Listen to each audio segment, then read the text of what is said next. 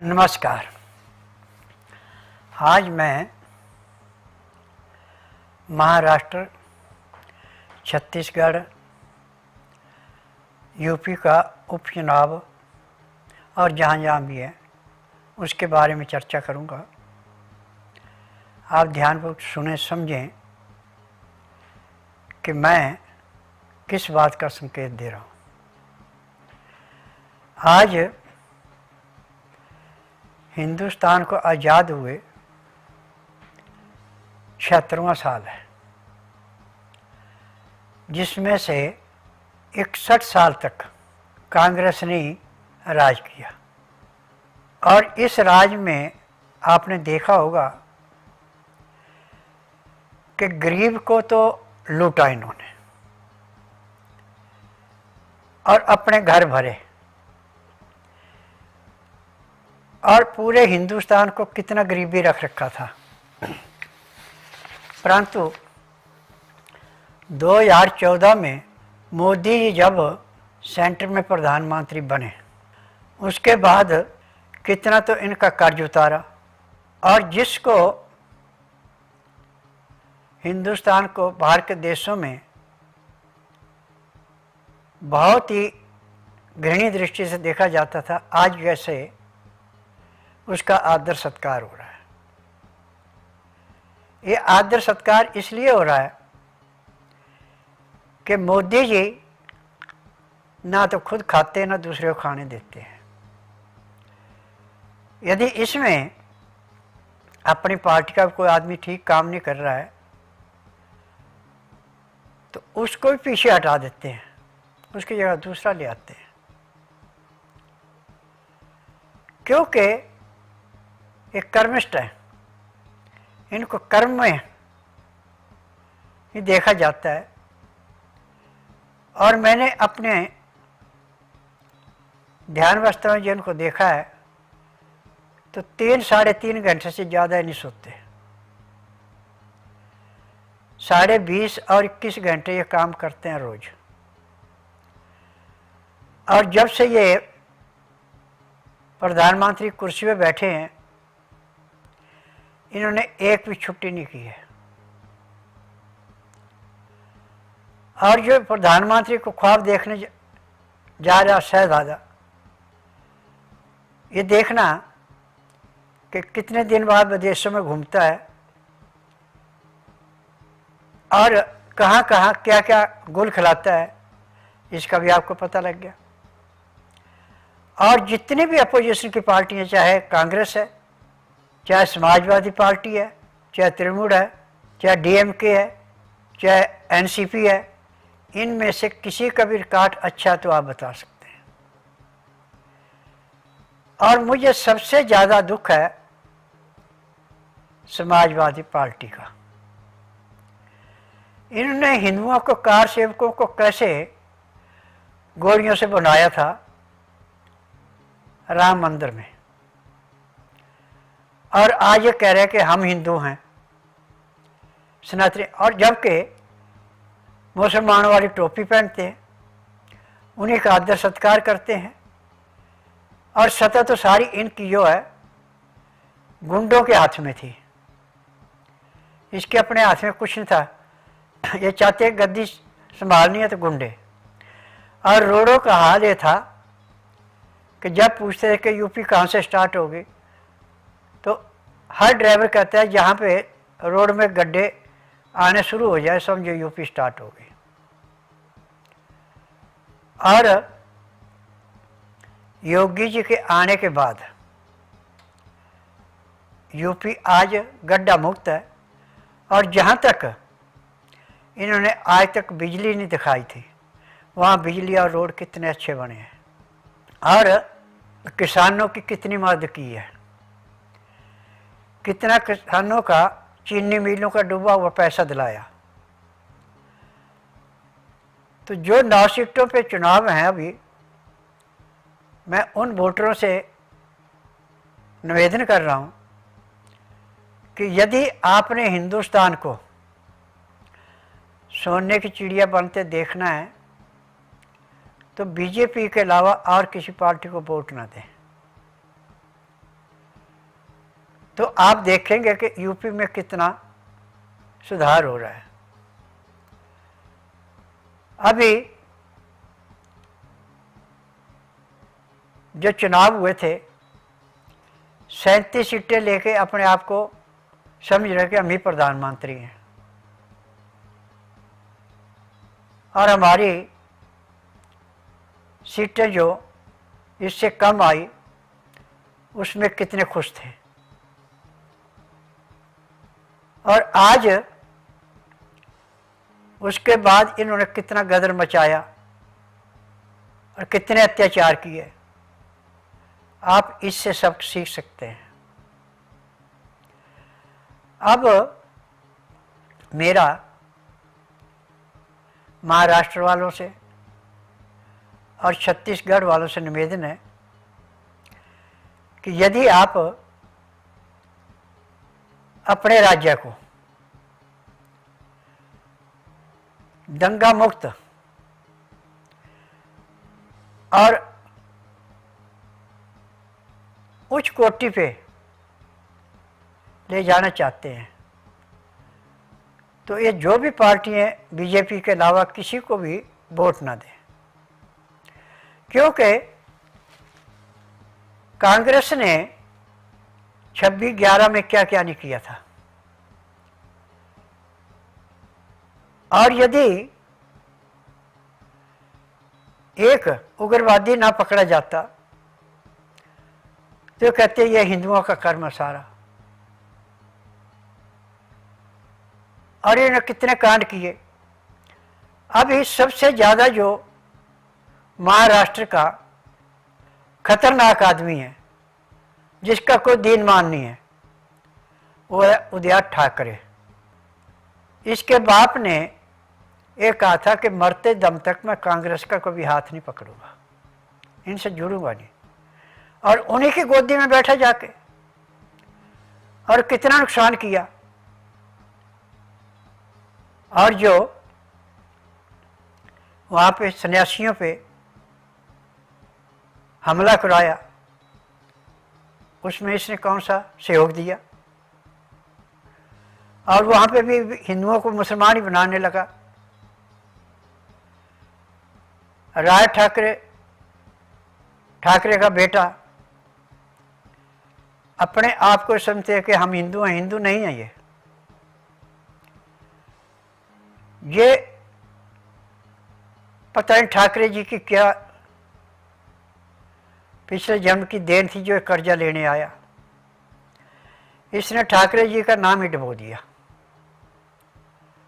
और अब ये कहता है कि अब मैं वहाँ का मुख्यमंत्री बन जाऊँ। तो मैं तो ये कहता हूँ कि इस जन्म तो क्या आगे 7 जन्म ले ले तो भी है अब दोबारा मुख्यमंत्री बनेगा। जो जो गलतियाँ इसने और इसके बेटे ने की हैं इनकी सजा तो भगवान इसको दे रहा है और आगे भी देगा। शिंदे ने ये 40 विधायक तोड़ करके बीजेपी के साथ सरकार बनाई। इसने इतना कितना सुधार किया ये आप खुद अंदाजा लगा सकते हैं। और अब यदि महाराष्ट्र को आपने बढ़ते हुए देखना है तो बीजेपी और बीजेपी के सहयोगियों को ही वोट दें। बाकी एनसीपी है, कांग्रेस है, कोई भी पार्टी है, इनको वोट ना दें तो आपका लाख लाख शुक्रिया। क्योंकि यदि बीजेपी सरकार महाराष्ट्र में बनती है तो जैसे फैसले सेंटर में हो रहे ऐसे भी महाराष्ट्र में होंगे। और महाराष्ट्र बहुत ऊंचाई पे जाएगा। छत्तीसगढ़ में जो इस टाइम मुख्यमंत्री है इसके बाप ने कितने घोटाले किए थे और सरकार बचाने के लिए कितने करोड़ रुपया खाया था शिबू सोरेन ने। और इसने कितनी ज़मीनें लूटी हैं। और जो सेंटर से पैसा गया वो कहाँ गया, जिनको देना था उनको किसी को नहीं दिया। और वहाँ पे बांग्लादेशियों को, रोहिंग्या को बसा करके जो वहाँ के आदिवासी है उनका कैसे नाश करता जा रहा है, कैसे आबादी घटती जा रही है। और वहाँ पे नक्सल वाली जो तैयार करवाए हैं वे सब इन्हीं की देन है और किसी की देन नहीं है। नक्सल बाहर होता रहेगा तो उनकी कुर्सी बची रहेगी, यदि उस पर रोक लग गई तो उनकी कुर्सी गई। ये इनके विचार थे। और सेंटर से जो भी मदद वहाँ पे दी जाती है वो कभी भी किसी भी गरीब को नहीं दी जाती। और आज जो योगी जी ने कहा था कि हम सब सनातनी एक हो जाएं तो हमें कोई भी दबा नहीं सकता, और ये अपोजिशन रहेगी तो दबना तो पड़ेगा, क्योंकि जो स्टेट का मुख्यमंत्री करेगा वही उसके नीचे के अधिकारी मानेंगे। और वो जैसे हिमाचल का सर्वनाश हो रहा है, वायदा करके कभी ये पूरा नहीं करते, वायदे कर लेते हैं, बाद में रोना रोते हमें सेंटर से पैसा नहीं मिला। सेंटर पैसा किस चीज़ का देंगे? जो आप अपने घर भरते हैं, जिसके लिए सेंटर पैसा देता है वो पैसा तो आप उनको देते नहीं, गरीबों को जिनका नाम से जाता है। परंतु प्रधानमंत्री जी ने एक बहुत अच्छी योजना अपनाई है कि जिसको पैसा देना, जिसका अपने पास रिकॉर्ड है, उसके खाते में सीधा देते हैं, वही अच्छा है। परंतु वहाँ के सुधार के लिए जो पैसा दिया जाता है उसका मिसयूज होता है, खुद लीडर खाते हैं। अब एक मोहम्मदन है वहाँ पे, मिनिस्टर है, वो अपने आप को चीफ मिनिस्टर मानता है और वो हिंदुस्तान का नहीं है, या तो बांग्लादेश का या कहीं और का है, परंतु उसका रुतबा कितना है कि उसको कोई हाथ में नहीं डाल रहा है। और यदि वहाँ पे बीजेपी सरकार आ गई तो या तो हिंदुस्तान छोड़ के भागेगा या जब तक जिएगा तब तक जेल में सड़ेगा, क्योंकि सबसे ज़्यादा करप्शन उसी ने की है। और इनके घरों में कितना पैसा मिल रहा है इसके बारे में भी आपको पता होना चाहिए। तो मैं तो एक ही निवेदन कर रहा हूँ कि मेरे पास छत्तीसगढ़ से, महाराष्ट्र से, यानी हिंदुस्तान के पूरे कोने कोने से मरीज आ रहे हैं। जो मरीज डॉक्टर हाथ खड़े कर देते कि आपका उपचार नहीं है, वो आता है मेरे पास, क्योंकि मैं नाड़ी वैद्य हूँ और मुझे 10,000 जड़ी बूटियों की पहचान है जिनसे मैं दवाइयाँ बनाता हूँ। ये दवाइयाँ रजिस्टर्ड है, पेटेंट है, इनका साइड इफेक्ट कोई नहीं है। मेरी अपनी फार्मेसी दवाइयाँ बनाने की, मैं किसी की बनी बनाई दवाइयाँ नहीं बेचता। रोग आपका चाहे कितना भी पुराने से पुराना है, कितना बिगड़ा हुआ रोग है, जिस दिन रोगी मेरे पास आता है उसी दिन उसको 20% आराम तो परमानेंट मिल जाता है और महीने डेढ़ महीने में रोग समाप्त होता है, दवाइयाँ बंद हो जाती है। मेरे आश्रम की दवाई सारी उम्र नहीं खानी पड़ती। किसी रोगी को 15 दिन, किसी को महीना, किसी को डेढ़, किसी को 2 या 3 महीने, रोग समाप्त हुआ, दवाइयाँ बंद हो गई। आज मैंने पूरे संसार से एक ही निवेदन किया है कि आंधे को दिखाना, बहरे को सुनाना, गूंगे से बुलाना, बांझ से संतान उत्पत्ति कराना, न मर्द को मर्द बनाना, अनहोनी को होनी करके दिखाना। तो जब समाचारों में सुनता हूँ कि फलानी स्टेट में ये घपला हो गया तो मन दुखी होता है। जितने घपलेबाज हैं ये सब अपोजिशन में बैठे हुए हैं। हमारे बीजेपी में यदि कोई ऐसा घपलेबाज आता तो उसी टाइम कान से पकड़ के बाहर निकालते हैं। आज सबसे ज़्यादा अत्याचार झारखंड में, मध्य प्रदेश में, कुछ इलाका यूपी का जो कि बॉर्डर का लगा हुआ है, परंतु वहाँ पे सबसे बड़ी देन है जो कांग्रेस के पिट्ठू जज बना रखे हैं, वो फैसला ढंग से नहीं दे रहे। वो इनको बचाने की कोशिश करते हैं, परंतु एक दिन आएगा कि भी सिर पे हाथ रख के रोएंगे कि हमें भी किसी से वास्ता पड़े था। अब मोदी जी जब तक जीवित है तब तक इस सीट पे रहेंगे और जैसे कड़क फैसले लेते रहेंगे। अब अखिलेश ने जैसे नीतीश को कहा कि आप पार्टी छोड़ दें और इस गंदी पार्टी में आ जाएं, तो इससे मुझे बहुत दुख है। नायडू जो कह रहे हैं पार्टी छोड़ दें, नायडू ने, नीतीश ने सिर्फ इतना किया है कि उस टाइम जो हमारी सीटें कम थी बीजेपी की, उनको पूरा करके मोदी जी को सफल बनाया था। और यदि आज लुटेरों की पार्टी सेंटर में होती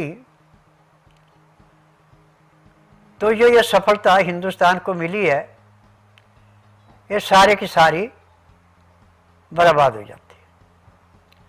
आज मोदी जी को पूरा संसार कितनी मान्यता देता है और जहाँ भी जाते हैं सबसे पहले मोदी जी का आदर सत्कार होता है, तब दूसरे का होता है। तो मोदी जी ने आज तक कोई गलत काम नहीं किया।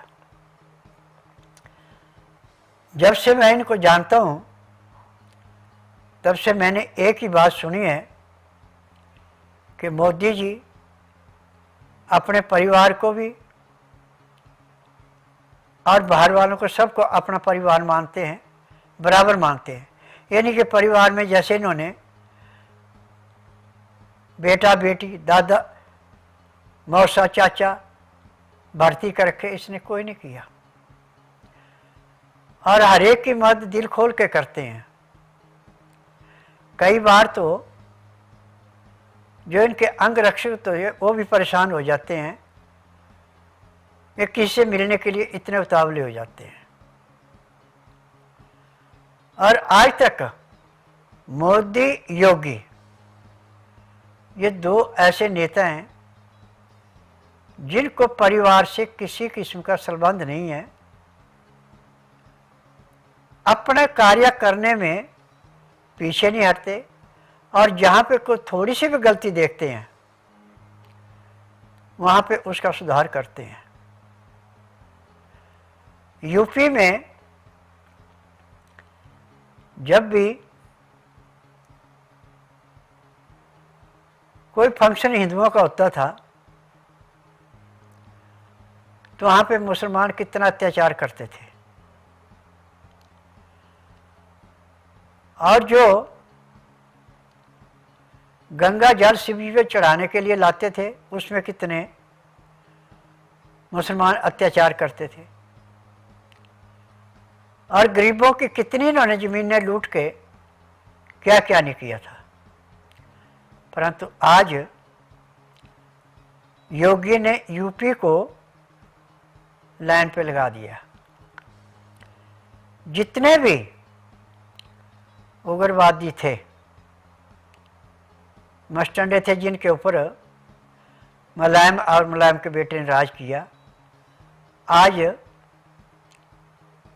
जो सबसे ज़्यादा अपने आप को कहलाते थे कि हम गुंडे हैं, जो हम कहेंगे वही होगा, वो तो मिट्टी में मिल चुके हैं। और छोटे मोटे गुंडे यूपी छोड़ के चले गए हैं।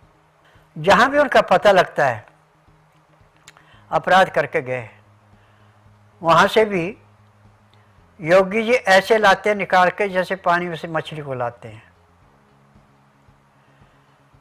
अब एक गुंडा तो जाके रोपड़ की जेल में बैठा था पंजाब में, सुप्रीम कोर्ट के ऑर्डर से कैसे वो लाया गया और कैसे मिट्टी में मिला। और आज जितनी भी इन्होंने गरीबों की ज़मीनें लूट रखी थी वो कैसे छुड़ाई और कैसे उसके ऊपर उनको अधिकार दिलाया। और एक कहते हैं घर घर में पानी पहुँचाए के कितनों को पहुँचाया था। और आज बीजेपी ने जहाँ पे चलने के लिए रोड भी अच्छे नहीं थे, पगडंडियाँ अच्छी नहीं थी, वहाँ पे कैसे रोड बना के दिए। और इसमें गडकरी जी को जो जिम्मेदारी दी है, इसने पूरे हिंदुस्तान को एक किस्म का स्वर्ग बनाने का रास्ता रोडों से बना के दिया। और रोड इतने मजबूत बना के दिए हैं कि दिन रात भी गाड़ियाँ चलती है रोडों पे, कोई फर्क नहीं पड़ता। और एक हमारी दिल्ली में ऐसे शहजादा थे जिन्होंने दिल्ली का इतना सर्वनाश किया 10 सालों में कि जिसकी गिनती नहीं की जाती। कूड़े के ढेर कैसे लगा के रखे हैं। और शीश महल जो अपने लिए बना के रखा था, आज उसकी कितनी दुर्दशा करके गए। 2004 में जब खालिस्तानियों से और आईएसआई से एजेंट बना था, ये कितना पैसा लाया था और कैसे कैसे रंग दिखाए और कहते मैंने ये किया वो किया। और अन्ना को कैसे बेवकूफ़ बना के राज सिंहासन ढूंढा। और जब आया था तो कहता था मुझे 2 कमरों का मकान चाहिए, मुझे महल नहीं चाहिए, मुझे गार्ड नहीं चाहिए, मुझे गाड़ी नहीं चाहिए, मैं तो आम आदमी हूँ। और जेल में इतने दिन रहने के बाद भी रिजाइन नहीं दिया था। अब जेल से निकलने के बाद रिजाइन कैसे दिया। और इसमें आज तक 10 सालों में किसी भी डिपार्टमेंट को नहीं संभाला था। औरों को संस्थाएं दी, औरों को अधिकार दिए, अपने आप में फ्री घूमता था। यदि किसी भी संस्था को पकड़ लेता तो जो बाहर जाके ये लुटेरापन बना था ये नहीं बनता। अब दिल्ली के अंदर एक बोतल पे एक फ्री दे के कितने घरों को बर्बाद किया है। और आज कह रहा है कि मैं ईमानदार हूँ। हरियाणा वालों ने तो इसकी ईमानदारी सारी निकाल के रख दी। सिर्फ थोड़ी सी निराशा है जो एक आदमी कश्मीर में इसका आ गया, उससे बहुत ज़्यादा खुश हुआ। और अब इसको अंदरूनी आत्मा से पता लग चुका है कि अब ज़िंदगी में दोबारा तो मैं मुख्यमंत्री बनूंगा नहीं। और यहाँ पे जब जीता था तो सोचा था कि मैं तो प्रधानमंत्री बनूंगा। और इसने अपने मुंह से अपने आदमियों में ये भी कहा था कि मैं एक दिन तो प्रधानमंत्री बनूंगा, यहाँ कर तो पंजाब का बन जाऊंगा और पंजाब को खालिस्तान बना के रखूंगा। और जो इसका अनुयायी वहाँ पे पंजाब में बैठा है मुख्यमंत्री बन के, ये हमेशा नशे में चूर रहता है। आज तक कोई अच्छा काम इसने करके दिखाया तो बोले। और जो कांग्रेस ने और इसने किसानों को भड़का करके सिंधु बॉर्डर बंद कर रखा है,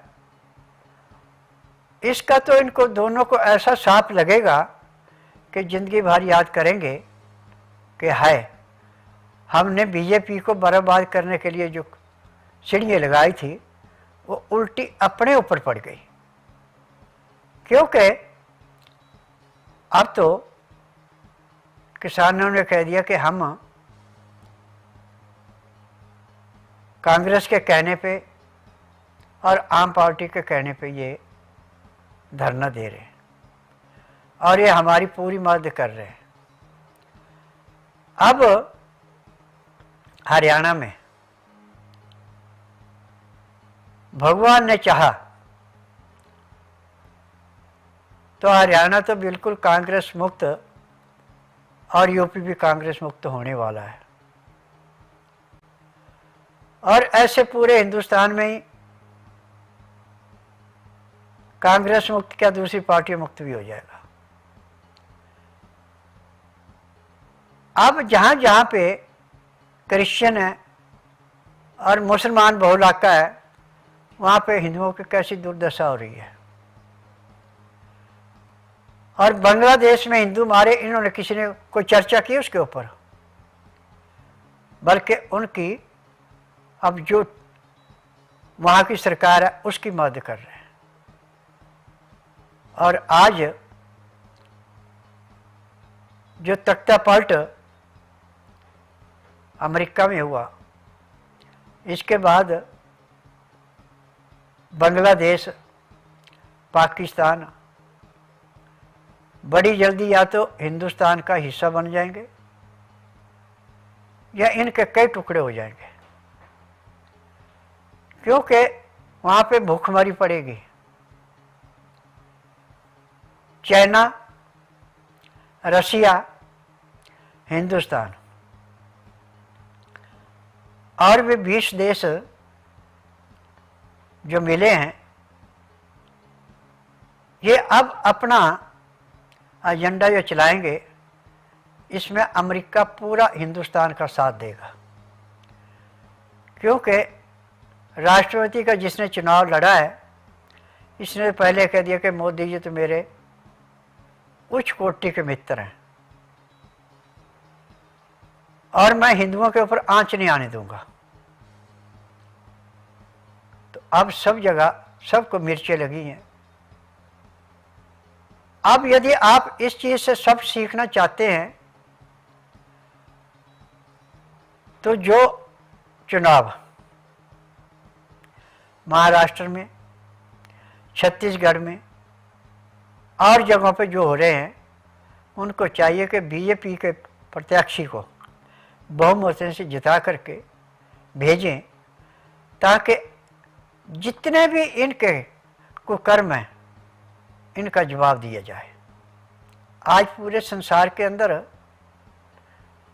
हिंदुस्तान को कितनी अच्छी दृष्टि से देखा जाता है, ये सब मोदी जी की देन है। अब दुख इस बात का है कि झूठ बोलने में, दुनिया को गुमराह करने में अखिलेश, पप्पू और सबसे ईमानदार केजरीवाल दुनिया को कैसे बेवकूफ़ बना रहे हैं। जो मीठी जुबान का होता है, ये बहुत गंदा आदमी होता है। किसी जुबान कड़वी और सच बोलेगा, वो किसी को अच्छा नहीं लगता। आज जो योगी जी ने कहा था कि एक रहेंगे तो बचे रहेंगे, यदि एक नहीं होंगे तो कटोगे। आज जितने भी कांड हुए हैं मुसलमानों ने किए हैं, और इनकी मदद समाजवादी पार्टी ने, कांग्रेस ने दिल खोल के की है। और आज ये उन्हीं का साथ दे रहे हैं जो कि उग्रवादी हैं, और जो धर्म के ऊपर चलते हैं, गलत काम करना नहीं चाहते, उनके खिलाफ है। अब मियाँ बीबी दोनों सांसद बने हैं, माँ बेटा दोनों सांसद हैं, बेटी को सांसद बनाने जा रहे हैं, परंतु भगवान ने चाहा तो अब इनकी सांसद भी जाएगी। क्योंकि इनके घोटालों में जो इनके चैत्य जज बने थे, अब इनके ऊपर भी शिकंजा कसेगा। कोई भी जज गलत फैसला देता है तो वो फैसला भी आगे चैलेंज होगा। राष्ट्रपति के हाथ में इतनी ताकत है कि जो जज गलत फैसला देता है, मनमानी करता है, उसको टर्मिनेट भी कर सकती है। और जो पार्लियामेंट में कोई भी कानून पास होता है उसको हाई कोर्ट, सुप्रीम कोर्ट कोई भी खत्म नहीं कर सकता। वो कानून पास हो गया वो रहेगा। और आगे जो पीढ़ियों से चल रहे थे कि इसका दादा है, इसका पिता है, जज था तो उसको भी जज बनाना, वो नहीं चलेगा। जो काबिल वकील होगा, काबिल अच्छा जज होगा, उसी को प्रमोशन मिलेगी और झूठी प्रमोशन किसी को नहीं दी जाएगी। चंद्रचूड़ ने जाते समय काफ़ी अच्छे फैसले किए थे, परंतु ये जो वक्फ बोर्ड का फैसला है और इनके जो मदरसे हैं, ये मदरसों का फैसला ठीक नहीं है। मदरसे तो हिंदुस्तान से बिल्कुल ही बंद होने चाहिए। यदि मुसलमानों को तरक्की दिलाना चाहते हैं, इनको कंधे से कंधा मिला के चलाना चाहते हैं, तो उग्रवाद छुड़ा के और जैसे सनातनी स्कूलों में पढ़ के उच्च शिक्षा ग्रहण करके अच्छे अच्छे पद में बैठ रहे हैं, ऐसे बच्चों को बैठाने की चेष्टा करें। स्कूलों में उग्रवाद के अलावा कुछ नहीं। जितने मदरसे हैं इनमें उग्रवाद ही सिखाया जाता है। और देखिए जाली नोट कैसे छापते जा रहे हैं, कितने कुकर्म करते जा रहे हैं। और जो यूनिवर्सिटी बनी थी उसमें कितने गरीबों को इसने लूटा था, और आज खुद पत्नी बेटा कैसे फंसे हैं। और जो जज इनकी मदद कर रहे हैं, इनका केस लड़ रहे हैं, अब ये भी ज़्यादा दिन तक केस नहीं लड़ सकते। अब ये भी जैसे कीचड़ में कोई चीज़ फंस जाती है, निकल नहीं सकती और प्राण छोड़ देती है, यही हाल इन जजों का होना है। यही हाल इन वकीलों का होना है। ईमानदार वकील बहुत कम है, बेईमान ज़्यादा है। झूठ को सच करना और सच को झूठ बनाना जो वकील कर रहा है, इस जन्म को क्या अगले जन्म भी उसको भगवान बख्श नहीं सकता। और मैंने अपनी ज़िंदगी में ऐसे बहुत से जज देखे हैं, रिटायर होने के बाद परिवार ने भी उनको नहीं अपनाया। परिवार में उनकी कितनी दुर्दशा हुई। भगवान सजा सबको देता है, खुशी थोड़ी देता है, गम ज़्यादा देता है। आज यदि हम महाराष्ट्र और छत्तीसगढ़ में बीजेपी सरकार बन जाती है और बहुमत से जीत के आती है, तो आप ये समझो कि आपने स्वर्ग को पौड़ियाँ लगा ली।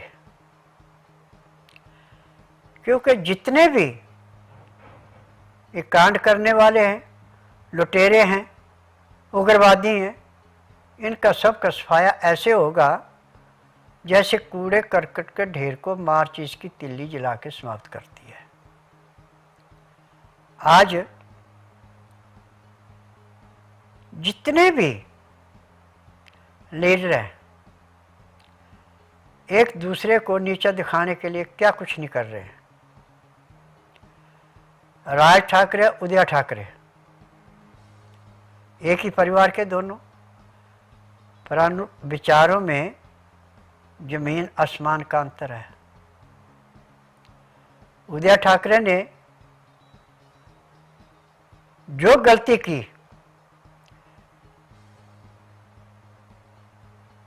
मुख्यमंत्री बन के, वो गलती ना करता और बीजेपी के साथ रहा होता तो आज इसका कुछ हाल ही और होता। परंतु इसने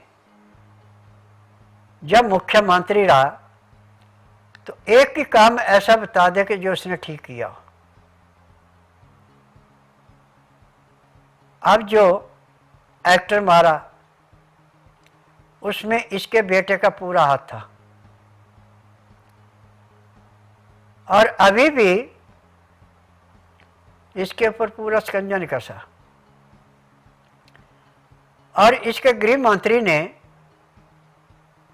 अपने एक पुलिस अफसर को कहा था कि 1 करोड़ रुपया महीने का चाहिए,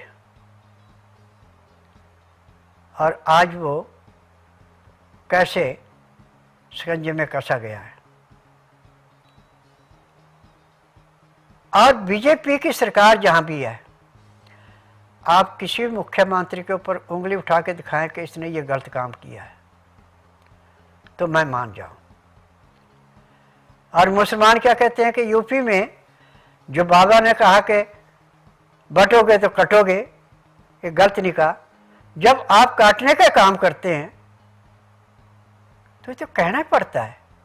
आप कैसे रहें, ना बटेंगे ना कटेंगे, और हम जीते 2027 में आएंगे। 27 का सपना तो छोड़ दो, इस जन्म तो क्या, आप अगले जन्म भी दोबारा मुख्यमंत्री नहीं बनेंगे। अखिलेश जी, आप इस बात को भूल जाइए। आपने बचपन से लेके आज तक कोई पब्लिक के अंदर अच्छा काम किया तो उसकी गिनती करा दें। आपने सिर्फ लूट मार की है और कुछ नहीं किया। और जो आपने मुसलमानों के कहने पे जिन लोगों को लुटाया था, छीनना झपटी करवाई थी, उल्टे सीधे केस बनाए थे, आज जो सारे के सारे गंदगी आपके सिर के ऊपर ही पड़ेगी। आप ये चाहें कि आपकी औरत भी एमपी है, आप भी एमपी हैं, तो ये आपका लास्ट टर्न था। अब इसके बाद ना आप एमपी बनेंगे ना एमएलए बनेंगे। आपको तो आम आदमी जैसे घर में रहता है ऐसे ही रहना पड़ेगा। और जो जो केस आपने लुटाए हैं, जो जो षड्यंत्र आपने अपने राज में किए हैं, वो सारे के सारे पोल खुलते जाएंगे। सीबीआई अब आपको नहीं बख्शेगी, ईडी आपको नहीं बख्शेगी। जो बिल्कुल जेन्युइन प्रूफ है, जब वो कोर्ट में जाएं तो कोर्ट आपको जेल में भी भेजेगा। अब आप जेल जाने की तैयारी करिए जल्दी से जल्दी, क्योंकि जो कुकर्म आपने किए हुए हैं, आपके कर्मचारियों ने किए हुए हैं, और इलेक्शन के टाइम पे आपके पुलिस वालों ने, आपके अफसरों ने जो धंधलियाँ की हैं, वो सारी की सारी पकड़ी जाएंगी। अब आप क्यों रो रहे हैं? और जिनको आपने फंसाया उन्होंने आपकी पोल खोल नहीं दी। अब ना तो इसको लड़के को मारते, ना नेपाल को भागते, ना टांगों पे गोलियां लगती। और आज जो भी नजायज कब्जे कहीं भी कर रखे हैं,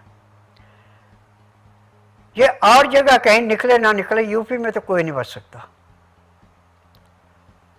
यूपी में योगी जी ने सबकी जन्म कुंडली मंगवा ली है, किसके पास कितनी नजायज है वो तो एक एक इंच निकाली जाएगी। आज पूरे संसार के अंदर हठ योग है। जो आप गलत कर्म करेंगे उसको कोई नहीं बख्शेगा। वो तो सारे का सारा गठबंधन में 38 पार्टियां नहीं है, 38 में से किसी का बता दे कि ये अच्छी है, और जो एक दूसरे से निराश होके आजाद होके लड़ रहे हैं, जो हैं भ्रष्ट पार्टी के, वो तो खैर हारेंगे हारेंगे, परंतु बीजेपी से जो निकले हैं और आजाद होके इलेक्शन लड़ रहे हैं, भगवान इनको भी सफलता नहीं देगा। और आज हिंदुस्तान के अंदर जहाँ जहाँ पे बीजेपी छोड़ के दूसरी सरकारें बैठी हैं, दूसरी पार्टियां बैठी हैं, वहाँ की जनता का हाल देखो क्या है, और वहाँ पे नोट की सीट देखो क्या है। अब पंजाब की घटा सुनाता हूँ मैं आपको। मोहाली सीटीओ की बाउंड्री है, वहाँ पे एक बस अड्डा ऐसा है मोहाली में कि वहाँ पे यदि कोई यात्री अपना सामान लेके जा रहा है तो सरेआम उसको लूट लेते हैं, नंगा करके भेजते हैं। पुलिस वाले उसकी एफआईआर दर्ज नहीं करते और वहाँ को सुनवाई नहीं होती, और किसी भी थाने में किसी के खिलाफ एफआईआर दर्ज करने जाए कोई नहीं जाता, ना कोई थाने वाला एफआईआर दर्ज करता। तो एक कर्म तो सारा सिखाया है आम पार्टी ने। जैसे आम पार्टी के लीडर चोर हैं, ऐसे वहाँ चोरों को शह दे रखी कि आप जो मर्जी लूटो, खाओ पियो, मौज करो, आपके थाने वाला कोई सुनवाई नहीं करेगा, आपको कोई नहीं पकड़ेगा। और इस बात से मुझे काफ़ी निराशा है। अब यदि मैं मोहाली बस अड्डे पे जिन जिन के साथ ऐसे लूटपाट हुई है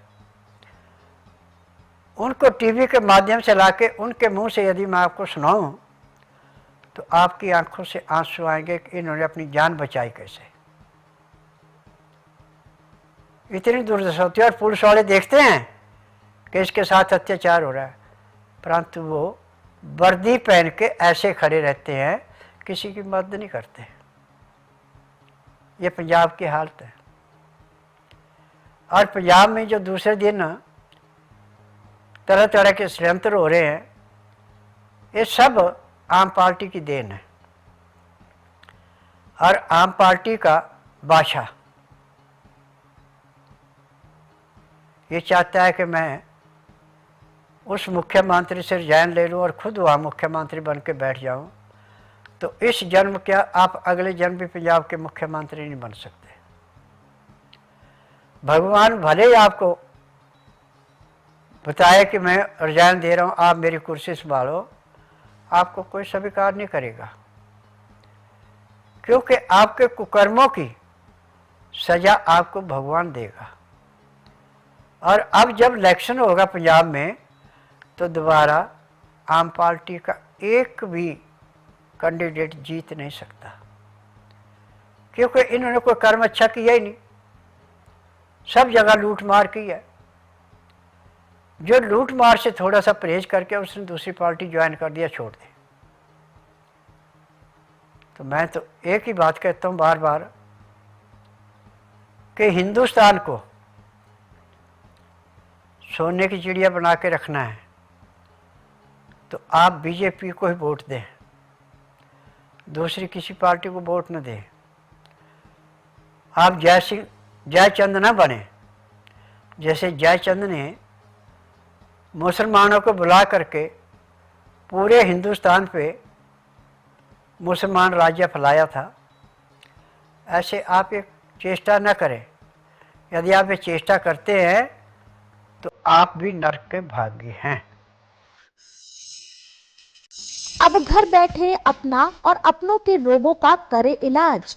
आज ही मंगवाएं घरेलू नुस्खों का खजाना, पुस्तकें स्वस्थ विचार।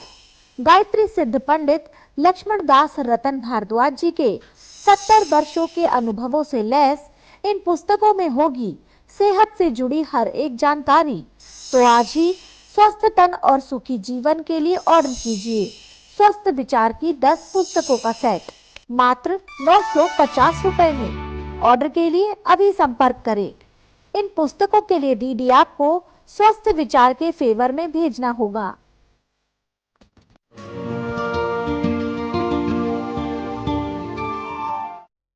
आपसे एक निवेदन कर रहा हूँ कि एलोपैथिक दवाइयों में तो सब में कोबरे सांप का जहर, बिच्छू का जहर, केमिकल और मरे हुए जानवरों का हड्डी चूरा होता है, जिससे आपको घृणा नहीं होती। परंतु लहसुन प्याज अदरक से जो आप घृणा करते हैं, इसमें आप अपने आप के साथ घोर अनर्थ करते जा रहे हैं। इसकी महक को दबाने के लिए आप लहसुन प्याज अदरक खा के थोड़ा सा गुड़ चूस लें या जीरा भून के मुंह में डाल के, मुंह से महक नहीं आएगी। परंतु अंदर से जब आप सांस छोड़ेंगे तो जहाँ तक आपके सांस की महक जाएगी, वहाँ तक वायुमंडल में जो प्रदूषण है, कीटाणु है जो आपको रोग देंगे, वो कीटाणु नष्ट हो गया, आपको प्योर ऑक्सीजन आएगी, आपको कोई रोग नहीं होगा। रोग तभी होता है जब कीटाणु आपके अंदर जाते हैं प्रदूषण के। लहसुन प्याज अदरक त्रिवेणी है। त्रिवेणी में स्नान करने से भले आपको पापों से मुक्ति मिले ना मिले, परंतु लहसुन प्याज अदरक चाहे कच्चा सलाद के रूप में खाएं, चाहे जूस निकाल के शहद में मिला के लें, चाहे पानी के मिला के लें, जैसे मर्जी लें, आपके पैर के तलुए से सिर के बाल तक की पूरे की ऐसे रक्षा करते हैं जैसे माँ के गर्भ में बच्चे की रक्षा होती है। आज पूरे संसार के अंदर इस बात की चर्चा है कि लहसुन प्याज अदरक तामसिक है। तामसिक नहीं है। तामसिक आप बनाते हैं इसको भून करके। भूनने के बाद इसके अंदर गुणों की जो शक्ति थी वो खत्म हो जाती है। आपने प्रैक्टिकल करना है तो आप ऐसा कीजिए कि कृष्ण पक्ष की रात्रि में अंधेरा होता है, लाइट के लिए आपको दीपक जलाना पड़ता है। जहाँ लाइट नहीं है वहाँ दीपक जलाते हैं, चाहे घी का जलाएं, चाहे सरसों का तेल, तिल का तेल, किसका भी जलाएं, वहाँ पे कितने पतंगे इकट्ठे हो जाते हैं।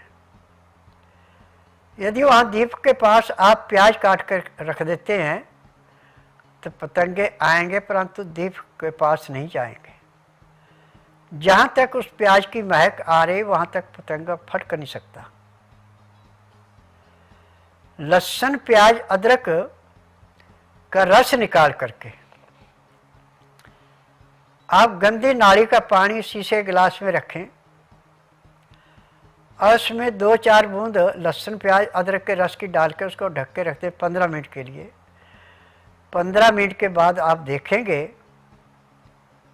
कि उसके अंदर जो गंदगी थी, जो कीटाणु था, सारे के सारे मर के गिलास के पैंदे में बैठ गया और पानी आपका आरओ से भी साफ हो गया। ये लहसुन प्याज अदरक की देन है। और लहसुन प्याज अदरक पैर के तलुए से सिर के बाल तक के हर एक रोग को ऐसे समाप्त करता है जैसे जलती अग्नि कूड़े करकट के ढेर को समाप्त करती है। और आज पूरे संसार के अंदर जितनी खपत लहसुन प्याज अदरक की है, इतनी और किसी जड़ी बूटी की, किसी खान पान की चीज की नहीं है।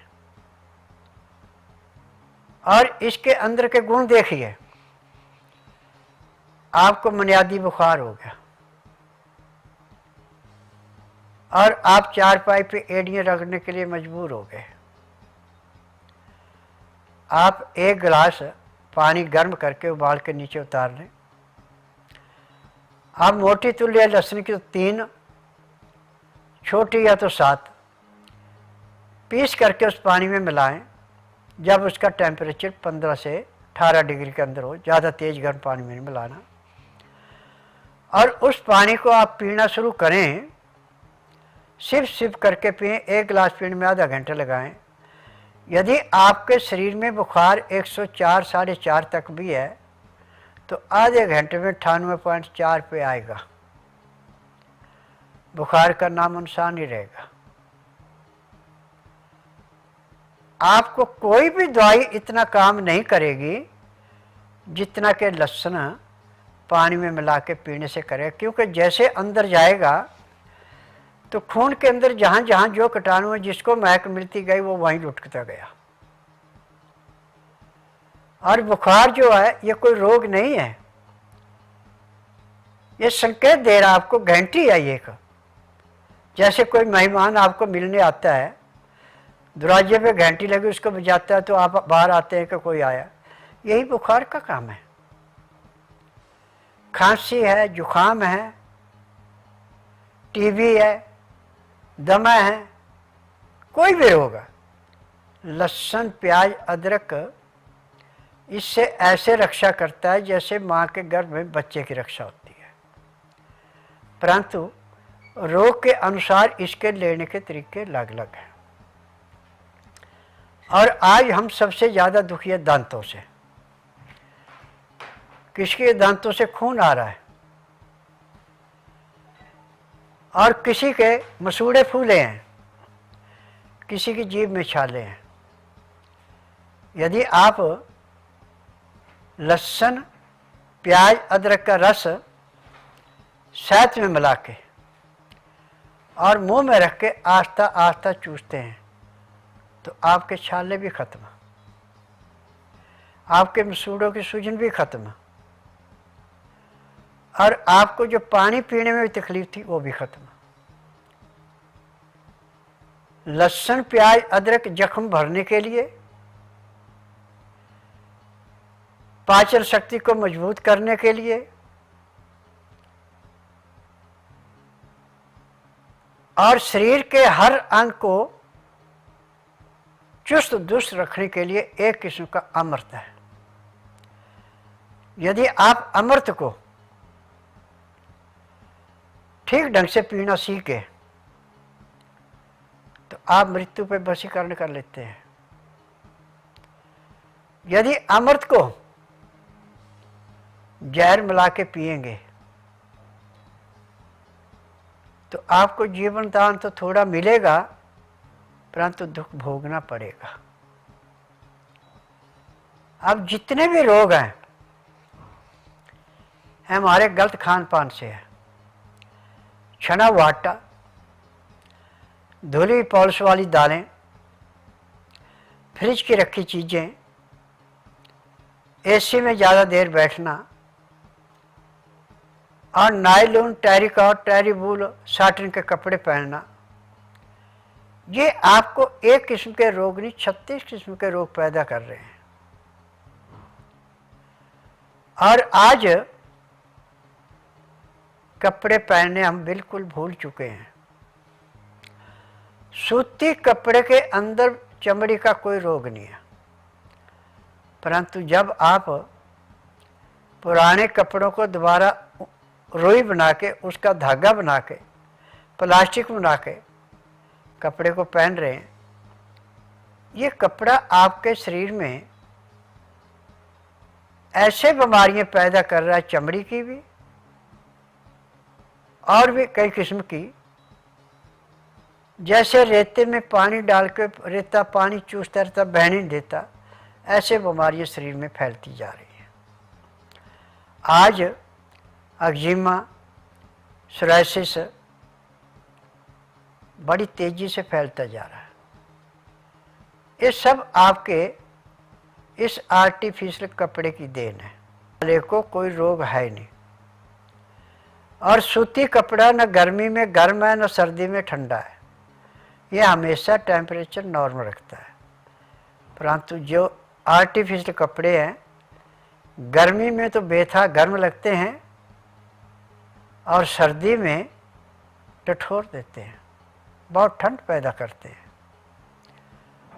और आजकल तो ऊन के अंदर भी प्लास्टिक मिलाना शुरू कर दिया, वो भी नुकसान कर रही है। क्योंकि मैं नाड़ी वैद्य हूँ, मुझे 10,000 जड़ी बूटियों की पहचान है जिनसे मैं दवाइयाँ बनाता हूँ, और मेरी अपनी फार्मेसी दवाइयाँ बनाने की। मेरी दवाइयाँ रजिस्टर्ड है, पेटेंट है, इनका साइड इफेक्ट कोई नहीं है। कैंसर की दवाई, किडनी की दवाई पेटेंट है। परहेज करेंगे तो जिस दिन रोगी आएगा उसी दिन उसको 20% आराम मिल जाता है। और ईमानदार से दवाई खाएगा तो जिसको हफ्ते में 2 बार डायलिसिस होता है, जिस दिन आते उस दिन डायलिसिस बंद होता है, महीने में दवाई बंद होकर किडनी पूर्ण रूप से काम करती, दवाइयाँ बंद हो जाती हैं। मेरे आश्रम की दवाई सारी उम्र नहीं खानी पड़ती, और यहाँ पे रोगी को नहीं मुंह से बताना पड़ता कि मुझे तकलीफ है, परिवार की हिस्ट्री नहीं बतानी पड़ती, कोई टेस्ट रिपोर्ट नहीं लानी पड़ती। मेरा नियम है कि बुधवार की मैं छुट्टी रखता हूँ, गुरुवार से लेकर मंगलवार तक नाड़ी परीक्षण करता हूँ। जो भी रोगी अपने रोग के निवारण के लिए आता है उसको बताया जाता है कि जिस दिन आना है उस दिन रात्रि 10 बजे तक खा पी के दातन कूड़ा करके बड़ी इलायची मुंह में रख के चूसते रहें। सुबह 9 से 10 के अंदर अपना नाम करना, 10 से 12 में नाड़ी परीक्षण करूँगा। जब तक नाड़ी परीक्षण किया 1 बूंद भी पानी नहीं पीना, न कुछ खाना। नाड़ी परीक्षण में पैर के तलुए से सिर के बाल तक की MRI, CT scan, X ray, ultrasound, ECG, sonography सब कुछ 5 सेकंड में हो जाता है। फिर मैं बताता हूँ कि आपको इतना पुराना रोग है, फिर दवाइयाँ दी जाती हैं। दवाइयाँ खाने के हैं, दवाइयाँ पीने के हैं, मालिश करने का तेल है, आँख में, नाक में, कान में डालने की दवाइयाँ, दांत मंजन है। मेरे दांत मंजन में मरे हुए जानवरों का ढेर चूरा में भी जड़ी बूटियाँ हैं। और जो एक बार मेरे आश्रम का मंजन कर लेता, दोबारा कभी भी बाहर से कोई चीज़ नहीं लेता, उस मंजन को ढूंढता है। इस मंजन की विशेषता है कि मुंह के छाले, दांतों का पीलापन, दांतों का हिलना और पाचन शक्ति कमज़ोर होना, ये भी ठीक होता है, क्योंकि सारी चीज़ें जड़ी बूटियाँ हैं ये। और जिसको पांडु रोग है, जिस दिन वो रोगी मेरे पास आता है उसी दिन सुइयों से पानी निकालना बंद हो जाता है और अपने रास्ते से पानी और टट्टी आना शुरू हो जाती है, और महीने 1.5 महीने में उसका पांडु रोग समाप्त होकर आम खाना जैसे खाते वैसे खाना शुरू हो जाता है। परंतु जब तक उपचार चल रहा है तब तक अन्न बंद करके सिर्फ दवाइयों पर निर्भर रहना पड़ता है, और दवाइयों से पेट भर जाता है। मेरी दवाइयों का वजन 15 किलो से लेकर 20 किलो के बीच का होता है, 15 दिन की दवाई का। अन्न आपका इसमें बंद कर दिया जाता है, सिर्फ दवाइयों पर रहना पड़ता है, और दवाइयों से अन्न से ज़्यादा ताकत मिलती है। और मेरी दवाइयों में शहद इस्तेमाल होता है, इसमें चीनी का प्रयोग नहीं होता। चीनी का नाम मैंने सफ़ेद जहर रखा हुआ है। और गुड़ यहाँ प्रयोग होगा तो बिना मसाले का होगा, मसाले वाला गुड़ भी यहाँ प्रयोग नहीं होता। और आज यहाँ गारंटी से इलाज है कि जिसका उपचार पूरे संसार में कहीं नहीं, उसका उपचार मेरे पास है।